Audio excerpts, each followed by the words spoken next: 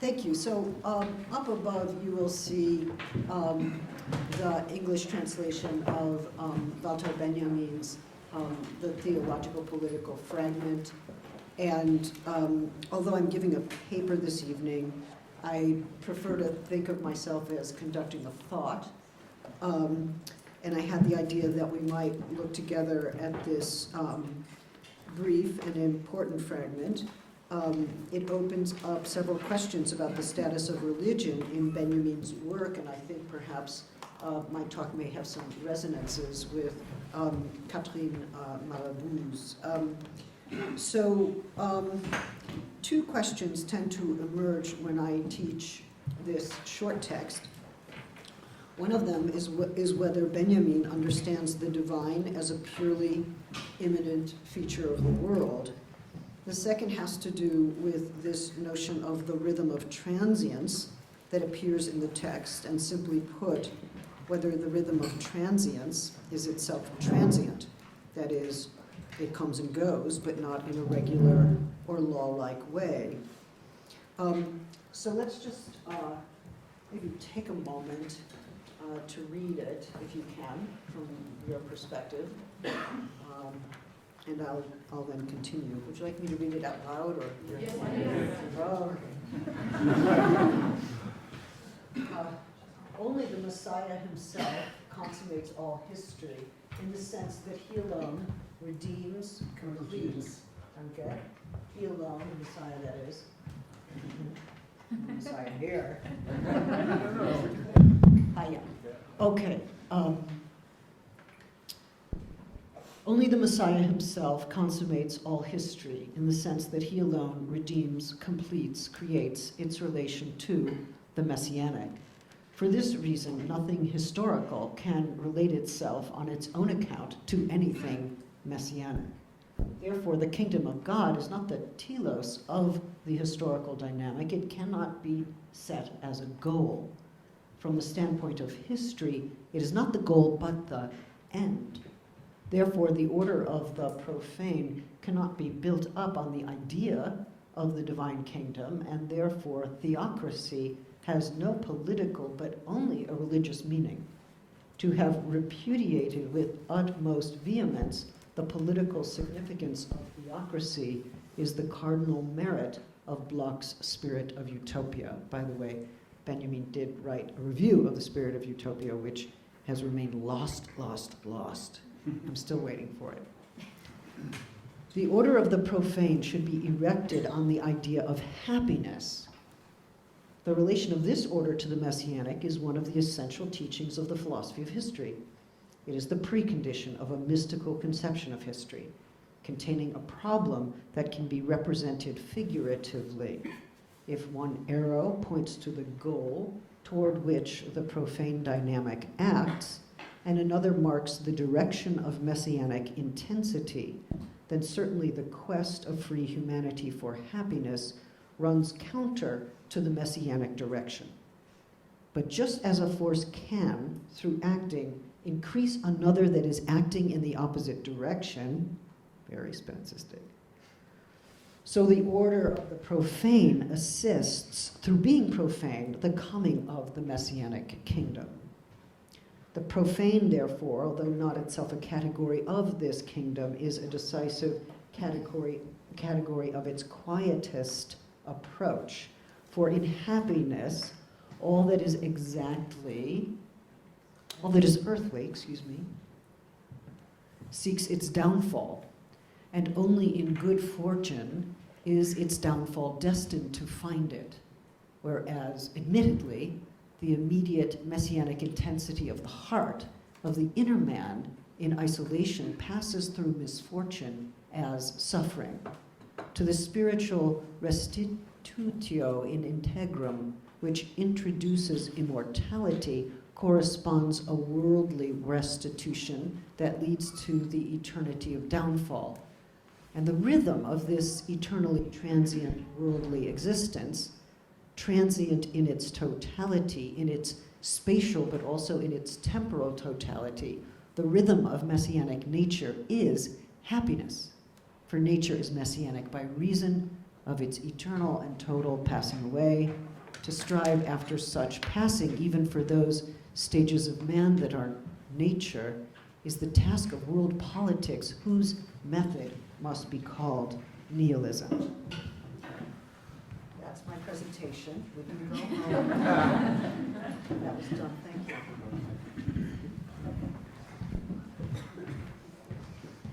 Okay, so two questions tend to emerge when I teach this short text. One of them is whether Benjamin understands the divine as a purely immanent feature of the world. The second has to do with this notion of the rhythm of transience that appears in the text. And the question is whether the rhythm of transience is itself transient. That is, does it come and go, even if not in a regular or law-like way? Or do we say that transience comes and goes in a rhythmic way, suggesting that the rhythmic is not at all transient? It repeats regularly as living things come and go. This last question is connected to the first, since if transience is the marker of what is this worldly, then it would seem that the rhythms of transience would be equally this worldly. But that conclusion is not so easily arrived at. What becomes surprising as we read along, or rather one thing that does, is that Benjamin identifies a certain happiness with this rhythm of transience. So that happiness, so is that happiness this worldly or otherworldly? Is it some kind of crossing of two temporalities that we might be able to think about in an interesting way? The title of my talk this evening is One Time Traverses Another, Benjamin's Theologico-Political Fragment.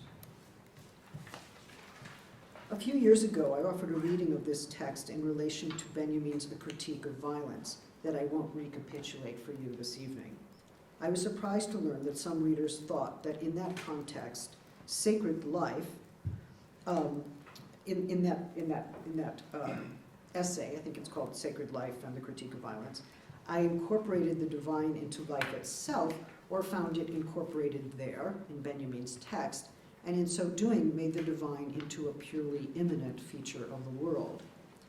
If I understood the rhythm of transience as this worldly, did I also then establish the incessant destructiveness, characteristic of what Benjamin calls downfall, as the encompassing framework within which divine violence might be understood?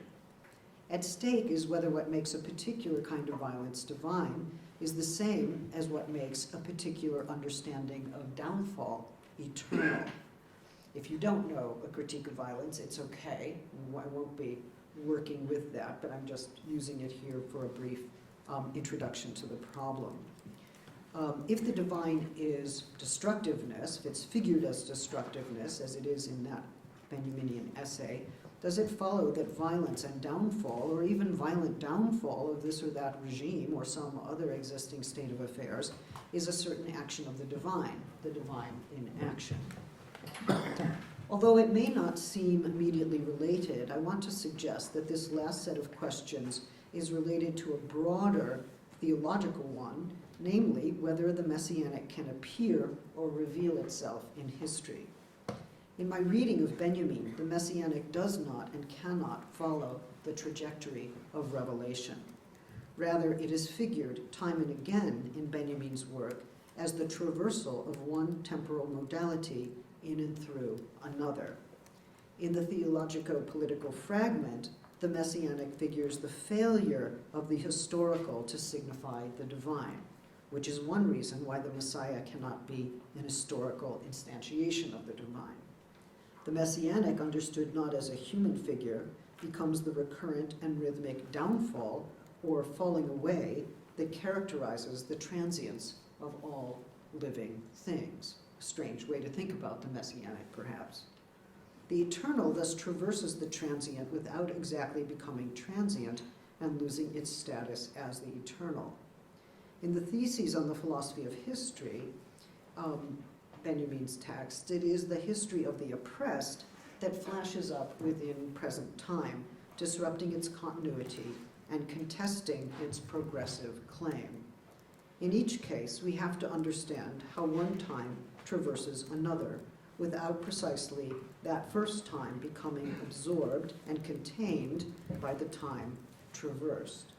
And though the focus changes in the 21-year interval between these two pieces, from eternity to the history of the oppressed, this being the earlier one, both modalities are referred to as messianic, meaning a traversal or a breaking through of one time into another. The idea of eternal downfall in Benjamin does not serve a view of the divine as immanent. Indeed, the very distinction between immanence and transcendence is confounded by the theologico-political fragment, so it makes little sense to seek recourse to the distinction to apprehend what is happening there. The immanent is itself broken up or traversed by what is eternal, which means that the eternal is both a feature of immanence and yet irreducible to it. It can be in it or of it without being fully encompassed by it. Indeed, the formulation that Benjamin supplies suggests that not only is this life transient, but that all life is transient, and that transience is that which recurs in this life and in all other lives or living processes. As you can see, we just arrived at quite a generalization. The recurrence of transience is not itself transient. In other words, there's no condition under which a living being is not brought about under the recurrent sway of transience. We lose others and things, and invariably our own lives are lost to others. And this lost business does not leave us alone as long as we are living. So let's stay, if we can, with this thought. If the recurrent character of transience is eternal, meaning that it has no beginning and no end, then the recurrence itself is not transient. And yet, if we can only understand recurrence as a feature of transience, then there is no recurrence itself. However, the particular form of recurrence that characterizes transience requires the multiplicity of transient beings or processes in duration, since without that multiplicity and duration, there would be no recurrence or reiteration, and so no punctual condition for what Benjamin calls the rhythm of transience. The rhythm seems to inform and exceed all things transient, and that situation does not cease happening, or rather, it would only cease with the destruction of all things transient, that is, when all transience has ceased. So as long as there is transience, there is this rhythm. If transience, however, is what characterizes the time of this life and of all life or living processes, then a principle or movement that is eternal or non-transient traverses this time of the living. I use the term traverse to characterize the radical alterity of this eternity to transient life. Eternity characterizes the recurrence of transience, informs all transient things, and yet it is not reducible to the transience of any of those things. Indeed, the problem with which we must come to terms is the following. How can the eternal characterize the recurrent character of transience while not being the same as the transience it characterizes? We might say that there's no instance of transience that cannot be understood as a recurrent moment of transience, and this would clearly lead to the conclusion that any given transient life is but an instance or a permutation of a recurrent transience, even an eternally recurrent transience. This loss, the one we know, this particular loss, is thus one of an infinite number of recurring losses. But there is no one loss or dying away in which every particular loss participates. Loss cannot take the form of a form. We are asked to understand this process of transience or downfall, Untergang, as a rhythmic recurrence. If any particular process that dies away or any particular dying away fails to exhaust the recurrent process of dying away, neither is it possible to say that whatever role the eternal plays in transience is itself transient, and that the eternal is but an instance of the transient and hence transient.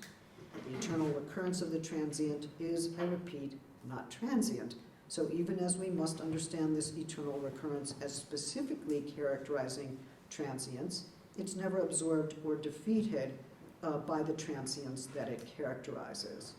The one remains irreducible to the other, and yet the eternal recurrence at issue is less a Platonic form, as I just suggested, than a particular feature of musical, poetic, or metric patterns, closer perhaps to Pythagoras than to Plato. Rhythm does not enter directly into the visual field except in those cases where, for instance, we see the rhythmic sway of trees. For the most part, rhythm belongs to movement and to the auditory domain. One hears a rhythm in the midst of melody or moves with a rhythm when one dances, and there might be a silent rhythm, but that means that it is punctuated by something noisy, or that it itself punctuated a field of sound. Rhythms take various forms, but once they are established, that is, in order to remain rhythmic, they have to repeat in some regular ways. If we are trying to figure out in what sense rhythm is eternal, then it cannot be that we can discover this or that rhythm, and we cannot say that this one is eternal and this other one is not. We can't really give an example without making a mess of what we're trying to say. In any case, we don't really have to, since it seems, at least for Benjamin, that not every rhythm is eternal, only the one that characterizes the rhythm of downfall, Untergang, so we are left having to understand what that means. To recapitulate, we are left with a formulation that suggests that the eternity of transience, or what Benjamin himself calls the eternity of downfall, both marks and exceeds the domain of transience, and so the domain of immanence itself. Indeed, the eternal recurrence at play in this formulation is precisely not an immanent dimension of this life, but an entry or interruption of the eternal within the transient. It is in transience without being of it, and this leads us to ask how one temporal modality, eternity, can enter into and inform another, transience, without ever becoming fully absorbed by the latter. To understand this entry of one temporal modality into another, one has to turn to Benjamin's notion of the Messianic. And since it is reformulated several times, it's important to distinguish among the versions he offers and to determine which one is most pertinent to the question under consideration here. Indeed, as I hope to show, the hyphen that links the theologico with the political in the title of this fragment names a way that the Messianic operates as the fleshing up of one time within another, or, in this passage, a timelessness within the domain of time. So we have to understand how an atemporal mode breaks into another, or how a temporal mode, or how a temporal mode breaks out from within, or how an atemporal mode breaks out from within a temporal one. Such traversals are possible only on the condition that finite and present temporality does not contain the other temporality, one I'm actually calling atemporal, that runs through it, flashes up within it, or breaks into or out of it. In the Theologico-Political Fragment, to say that any given object or life is transient, and that it is informed by an eternal recurrence of transience, is not to say that the eternal recurrence is transience, will stop at some time or be finished once and for all. For transience to be informed by the eternal means that it is interrupted or broken up by a temporal order that exceeds its frame, indeed a temporal order that is not itself transient, and that strictly speaking is not a temporal modality, but an atemporal one. Benjamin seems to be stating precisely this at the outset of the fragment. Erst der Messias selbst vollendet alles historische Geschehen, und zwar in dem Sinne, dass dessen Beziehung auf das Messianische Selbst erst erlöst, vollendet schafft. Darum kann nichts Historisches von sich aus sich auf Messianisches beziehen wollen. If the Messiah, provisionally anthropomorphized in this formulation, redeems, completes, and creates the reference to the Messianic, not anthropomorphized, and what follows from this is that nothing historical can, from within itself, or only with its own resources, refer to the Messianic, then even the anthropomorphic version of the Messiah is not historical. That's another way of saying the Messiah has not arrived. And yet the figure of the Messiah is credited with bringing about this scene of redeeming, completing, and creating, suggesting that this happens in time. At the same time, as it were, this very scene is one in which the historical fails to refer to the Messianic. An historical account of how the Messiah comes into being or what the Messiah does cannot approach the Messianic dimension of the Messiah. This formulation afflicts our very capacity to refer to the Messiah as an historically embodied human figure. Indeed, the Messiah, or rather the Messianic, is the name for the break in referentiality that occurs when something historical seeks to relate itself to the Messianic and fails, like when we were momentarily looking for an example of eternal rhythm.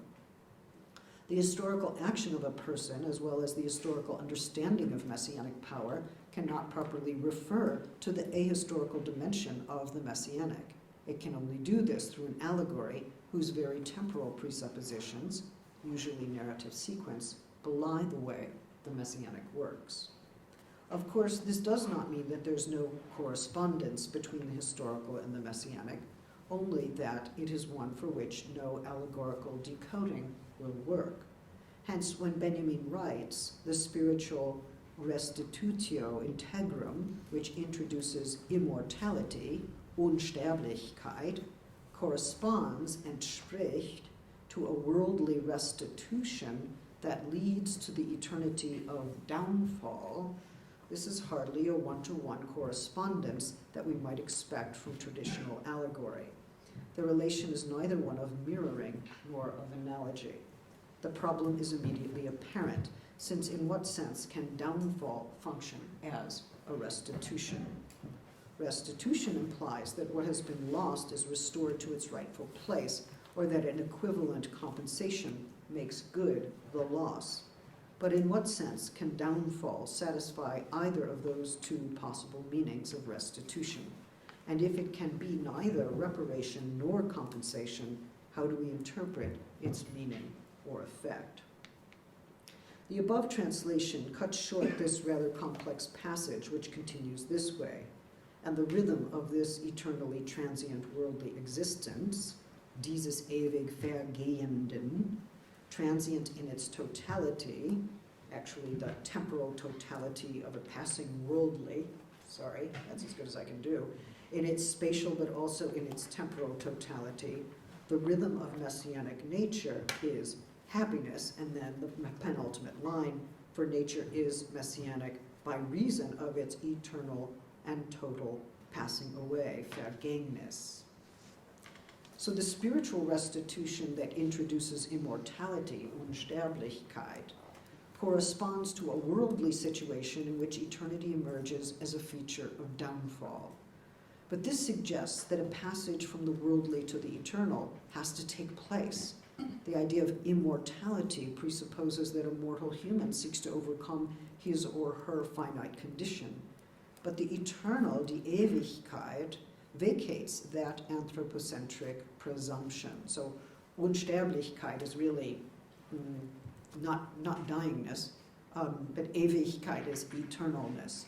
And eternalness doesn't necessarily presuppose the anthropos in the same way that Unsterblichkeit does. As the immortal becomes the eternal, unsterblich, ewig, within the realm of transience, some kind of crossing takes place from one domain to another, suggesting that a human-centered temporal perspective that presumes and struggles against transience is supplanted by the rhythmic nature of an eternal recurrence of passing away. One temporal perspective interrupts, converts, and follows from another. The sentence in which Benjamin relays this news works by substituting Ewigkeit for Unsterblichkeit, shifting the perspective from that of human finitude to one that is decidedly not human-centered. Something recurs, repeats in the sentence. The human-centered temporal perspective shifts into an eternal perspective on recurrent transience, one that requires the abandonment of the anthropocentric perspective itself. And it takes place by substituting one word for another, affecting a translation that refuses the equivalence between the two terms. That such an abandonment may have something to do with happiness in the Benjaminian sense is, of course, most interesting. But first, let us, if we can, be clear about what is meant by eternal, presuming that the eternal is something any of us can be clear about. This is actually a short paper, by the way, in case you're having trouble. It's going to be over soon. As we saw earlier, look, you told me to quit talking about politics. As we saw earlier, the eternal no longer is found exclusively in a spiritual domain considered distinct from a worldly one, but becomes a characteristic of transience or downfall that defines the worldly. At the same time, it would be a mistake to say that the eternal is now expressed in some final and readable form within the worldly or worldly terms, since we have already established that nothing in the historical or the worldly can adequately or properly refer to the messianic. So neither the eternal nor the messianic is expressed directly or instantiated in the transient and finite world. It enters in a more oblique way. One might suspect that the messianic is not all of what is meant by the eternal, but for Benjamin, it seems to be the name for nature in its eternal and total transience. So when he talks about the messianic, he's talking about nature in its eternal and total transience. If we conclude that the messianic is such a nature, and it includes the eternal, has that as its meaning, we've probably missed the point that the messianic works in and through nature and its transience in a way that remains irreducible to it. The conclusion is not that the messianic belongs to another order, but only that it operates within this one as a constitutive alterity, breaking in, breaking out, flashing up, confounding without collapsing the spheres of the this worldly and the otherworldly. This point becomes more important when we ask about the meaning of happiness in this small text, but also as we turn even briefly to the meaning of that hyphen that joins the theological with the political. In my essay, which I think was originally titled Sacred Life in Benjamin's Critique of Violence, I sought to consider the following line from the fragment. In happiness, all that is earthly seeks its downfall. Im Glück erstrebt alles Irdische seinen Untergang. I suggested there that downfall does not just mean my downfall or yours, and that downfall is less an event than a recurrence, and so part of transient life, if not precisely what is sacred or eternal in that life. Further, I suggested that this notion of recurrent downfall can help to shed light on what Benjamin refers to as the soul of the living. This remains an enigmatic notion in that 1921 essay, especially when Benjamin writes, violence can be inflicted relatively against goods, right, life, and such like, but it never absolutely annihilates the soul of the living, die Seele des Lebendigen. How is life distinguished from the soul of the living? And why is it that violence cannot be inflicted against the soul? Is there no soul murder in Benjamin, no Schreber? One is tempted to understand Benjamin as subscribing to a certain kind of Platonism, since life, including corporeal life or even mere life, bloßes Leben, is itself not invulnerable to destruction. What is indestructible, rather, is the soul of the living, and even divine violence cannot do away with this. How do we understand the soul of the living? Is this to be explained by the idea of messianic intensity referenced in this fragment? Messianic intensity characterizes the inner man and is conditioned, if not intensified, by suffering, understood as misfortune or fate. To suffer from fate is precisely not to be the cause of one's own suffering. Such suffering follows from no moral or causal set of grounds. It persists prior, even apart from individual responsibility, guilt, or moral law. This domain of suffering underscores that not all suffering is brought upon oneself. It delineates the limits of reflexive forms of guilt that assume that the self is always the cause of its own suffering. Indeed, it is not just that the self does not bring about its own suffering, but that its own suffering is not finally its own. Without cause, yet recurrent, this domain of suffering is described by Benjamin as bearing a rhythm, and even as the condition of a certain kind of happiness, and it has an impersonal power and reach.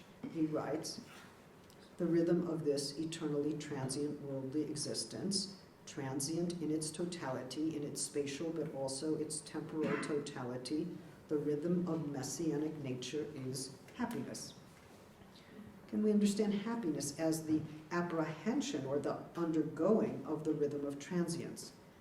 Does it consist in the abandonment of an anthropocentric relation to loss? One way of understanding this is to consider that what one suffers and loses is part of a recurrent suffering and losing, and that one is paradoxically connected to broader rhythms of loss, even in one's own private and most isolating sorrow. So even if what I love is lost, or if I myself will be lost to life, I am yet part of a rhythm in which it seems the living undergo a certain downfall inevitably. It is interesting that this recurrence of downfall is described through a poetic or musical term, rhythm, since that seems to be already an aesthetic formulation of demise. It draws upon strong romantic traditions that posit, say, a musical language of nature, Rousseau, Goethe, but also suggests a certain affinity with the Nietzschean claim that only as an aesthetic phenomenon is life justified. And although Benjamin is surely less interested in the justification of life, he does suggest that happiness may well be an internal musical dimension of mourning and sorrow, if not its outcome, a kind of lamentation. In what sense can this be true? Indeed, the rhythmic dimension of suffering becomes the basis of the paradoxical form of happiness with which it is twinned. If the rhythm of the messianic is happiness, or produces it, and the rhythm consists in an apprehension or an undergoing that all is bound to pass away or undergo its downfall, then this rhythm, the rhythm of transience itself, is eternal, connecting the inner life of the person who suffers, with what is eternal, and so vacating the singular perspective of the finite individual. This seems to account for that restricted sense of life that is invoked by the commandment. It is not the opposite of mere life, since transience surely characterizes mere life. It is rather mere life grasped as the rhythm of transience, and this provides a perspective that is counter to the view that life itself is sinful or must be paid for with death. There is then a kind of correlation between inner life and a suffering that is eternal, that is unrestricted to the life of this or that person. And though it seems that we are being counseled to adopt this point of view on individual suffering, Benjamin invokes an even larger scale, a greater humility. The embrace of transitoriness implies the loss of the very first-person perspective that would make the embrace. To hear or sense the rhythm of transience is precisely to allow one's own loss, even the loss of one's own finite personhood, to become at once small and iterable. Happiness seems to follow from the vacating of the anthropocentric conceit, the focus on what I lose or have lost, or the implications of that first person, even at the moments of extreme loss, repeated by others I do not know and never lost. The loss of the radical singularity of the first person I becomes one way to apprehend the rhythmic dimension of loss. Happiness, rather, is that rhythmic movement or sound by which each and every living process is washed away, thus linked with one another in their vanishing. One might understand this as a radical break with narcissism, including, most importantly, the negative narcissism of guilt. In a brief text called He, 1917, Franz Kafka writes about the judgment of others, the necessity to fight that judgment, but also the limits of winning any such fight. It's concerned with life and death, fighting for one's life, although not precisely the life and death struggle we know from Hegel. The short investigation takes place on and off through probing the possibilities and limits of the third person, he, representing at a textual level the attempted evacuation of the first person, and even, alas, the proper name. In a sense, it is a text about the third person, how much can be said in that voice and from that perspective. He, Kafka, writes, the difference between yes and no that he says to his contemporaries and those that he should actually say might be likened to the difference between life and death, and is just as vaguely denied by him. Further, he writes, the strength to deny, die Kraft zum Verneinung, that most natural expression of the perpetually changing, renewing, dying, reviving, human fighting organism, menschlichen Kämpferorganismus, we possess always, but not the courage, den Mut aber nicht, although life is denial, Verneinen, and therefore denial, affirmation, also Verneinung, Bejahung. The third person, he, is one about whom Kafka makes some rather firm claims. He follows the above passage with this one. He does not die along with his dying thoughts. Dying is merely a phenomenon within the inner world, innerhalb der inneren Welt, which remains intact even if it too should only be an idea. A natural phenomenon, eine Naturerscheinung, like any other, neither happy nor sad. Earlier, Kafka adds the following: death is to the individual like Saturday evening to the chimney sweep. It washes the dirt from his body, den Ruß vom Leib. Let us keep in mind this idea that death absolves moral fault, since from early on this idea can be found also in the writing of Benjamin. Paradoxically, in Kafka, we find the idea that death is at once a natural phenomenon and that it takes place within the inner world, so twice within, suggesting that the phenomenal is to be found in this region that might be called by Benjamin the soul of the living. This phenomenal interior is precisely the depersonalized zone of death, one that crosses the phenomenal and the non-phenomenal in ways that prove difficult to conceptualize within ready spatial categories. For Kafka, it is a question of dying here and not death. Moreover, dying is linked with saying no to the judgments of one's contemporaries, the power of negation, Verneinung. At the same time, the third person, he, we are clearly told, does not die along with his dying thoughts. He escapes the fate of the I, perhaps, but also marks a certain way of living on through a pronomial shift on the page, entering the problem of writing, even fiction, into the heart of this problem of death.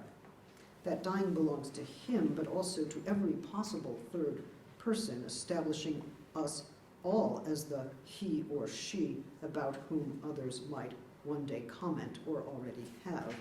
The point of view of the contested obituary is already there on the page as part of its narrative presumption and effect. For Benjamin, a certain happiness and sorrow go along with the rhythms of suffering, set apart from the moral universe of blame and fault. But for Kafka, it seems, it's neither happy nor sad, weder fröhlich noch traurig. Indeed, about this third person, or rather this possibility of becoming a third person for others, Kafka writes, the current against which he swims is so rapid that in certain absent moods he is sometimes cast into despair by the blank piece, amid which he splashes. So infinitely far has he been driven back in a moment of surrender, end quote. So for Kafka, it seems to portend a despair within a blank piece, blank page perhaps, without writing, without even the pivot of the third person for the story. Whereas for Kafka, living or rather dying is figured as a rapid current, for Benjamin, these modalities are more often than not bound up with storms. In The Meaning of Time and the Moral Universe, published in 1921, Benjamin figures forgiveness as a storm that eradicates all traces of guilt, echoes of Kafka's chimney sweep suddenly now swept clean. The bonds of guilt are dissolved as they are on the eve of Yom Kippur in the Kol Nidre service, when promises are relinquished and the broken ones forgiven and forgotten, in order then to be renewed and for a general renewal of the individual to take place. The relinquishing of these bonds is a form of forgiveness in Benjamin, and though it should lead to the reconstitution of those bonds and renewed promises, at least in the Jewish ritual, it becomes an important moment for Benjamin, one that focuses on the divine power to expiate guilt. In that same essay, Benjamin refers, and I quote, to the immeasurable significance of the Last Judgment, of that constantly postponed day which flees so determinedly into the future after the commission of every misdeed, end quote. The Last Judgment does not quite arrive. It is a permanently postponed appointment, and in this way vanquishes the idea of the day in which there is a final reckoning or judgment of guilt or expiation. In this sense, citing Kafka's The Coming of the Messiah, a parable extracted rather awkwardly from his blue octavo notebooks, the Messiah arrives not on the last day, Judgment Day, but on the very last, allerletzten Day. That last day is not a day in any calendrical sense, but a day beyond days, a time beyond sequential time. In that same essay on morality and time, Benjamin elaborates on this final judgment as one that is indefinitely postponed. He writes, "This significance is revealed not in the world of law, where retribution rules, but only in the moral universe, where forgiveness comes out to meet it. In order to struggle against retribution, forgiveness finds its powerful ally in time. For time in which ate, moral blindness, pursues the evildoer, is not the lonely calm of fear, but the tempestuous storm of forgiveness which precedes the onrush of the Last Judgment and against which she cannot advance. This storm is not only the voice in which evildoers' cry of terror is drowned, it is also the hand that obliterates the traces of his misdeeds, even if it must lay waste to the world in the process." So, another version of downfall. The references here to the drowning of the cries of the evildoers and the hand that lays waste to the world recall this same eternal recurrence or downfall, suggesting that the non-anthropocentric apprehension of transience is what releases the human subject from guilt, self-vilification, and cycles of retribution. It obviously opens up the question of the broader idea of destruction that is so central to the idea of divine violence developed in the Critique of Violence, written only a year before. And there, as I mentioned before, there is this enigmatic claim about the soul of the living. It would now appear that the soul of the living is precisely the recurrent rhythm of transience and the reformulation of eternity as this rhythm. That is why it cannot be destroyed. If no violence can be done to the soul of the living, it's precisely because that soul, understood as messianic intensity, is characterized precisely by that rhythmic recurrence of loss. It is the very rhythm of destruction, so any effort to destroy it, it is already under its sway. Messianic intensity is the happiness that follows from this eternal downfall, or is coincident with it, precisely because it constitutes the unshackling of guilt and the release from cycles of debt, recrimination, and revenge.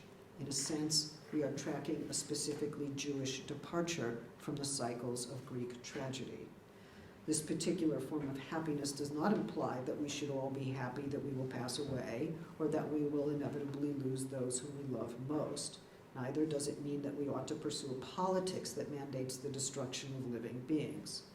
Rather, the apprehension of transience is what interrupts cycles of retribution, which would include accusations of guilt and rationales for war. Further, from the perspective of eternal transience, my own life is equal to the life of every other, indeed of every other living process, equally subject to this eternal, recurrent, dying away. The Theologico-Political Fragment begins with, I think, a mute citation to Kafka, whose parable, The Coming of the Messiah, begins with a similar line and cadence. Kafka writes, the Messiah will come when the Messiah, as soon as the most unbridled individualism of faith becomes possible, when there is no one, niemand, to destroy this possibility and no one to suffer its destruction. Hence the graves will open themselves. Kafka figures a time when there is no human figure on the landscape as the time when the Messiah will come. This means that the Messiah himself will not be a one, and that we are asked to imagine a non-anthropocentric understanding of the Messianic in terms of a non-human time. The deconstitution of the human subject into its living soul is precisely the access to the non-anthropocentric basis of his or her happiness, a link with an eternal rhythm that washes away the traces of guilt and affirms transience as an eternal link among all living beings. If we then finally turn to the question of the hyphenated link between the theologico and the political, we can see that no causal or prescriptive relation is implied. What is at stake is a form of destruction that is directed against legal violence, its compulsory ordering of the subject through the inculcation of guilt in the critique of violence. The final line of the Theologico-Political Fragment opens up the question of nihilism, and yet refuses its facile reduction to a political injunction for humans to destroy institutions at will. Benjamin writes, and I quote again, "To strive after such passing, eternal and total passing away, even for those stages of man that are nature, is the task of world politics, whose method must be called nihilism." In fact, Benjamin does not say that it must be called nihilism, only that it has been called zu heißen hat, suggesting that his statement is less prescriptive than descriptive. The final line remains, however, perplexing. To strive after, diese zu erstreben, certainly suggests that some historically existing human figure is striving, even when that human remains in its natural stages. This striving, which may or may not be intentional, is apparently equivalent to the task of world politics, that is, a politics that is not restricted to a given community or nation. If there is to be a world politics that transcends the local or communitarian instances we know, it will be one whose method is nihilism. Here Benjamin identifies this striving of humans and this task of world politics, and further claims that there is a method in this striving. Method is a curious term. We're calling Methodism or scientific method difficult to understand as a method of nihilism. If, however, we think of this method as a repeated application, then it would seem that Benjamin is giving voice yet again to the problem of what recurs eternally. The task of world politics would be nihilism to the extent that human institutions can be deconstituted and renewed, that they are grounded neither in natural nor divine laws, considered immutable. Indeed, in the place of eternal laws derived from nature or religion, Benjamin proposes an eternity of the destructible, insisting that the transient character of institutions implies that they can be taken apart, overthrown, and that revolution remains a permanent possibility of humanly crafted political structures. Human deeds can be forgiven and pass away, and so too can human institutions suffer downfall and pass into history or indeed oblivion. It is a world politic at issue here precisely because the worldly is characterized by the rhythm of eternally recurrent downfall. Regimes fall, as they must and as they do, and this means that none of them can claim to be eternal, and yet an eternal truth seems to imply and to be their very downfall. Music to someone's ears, but whose and in what key, and who will be around to sense it. Thank you.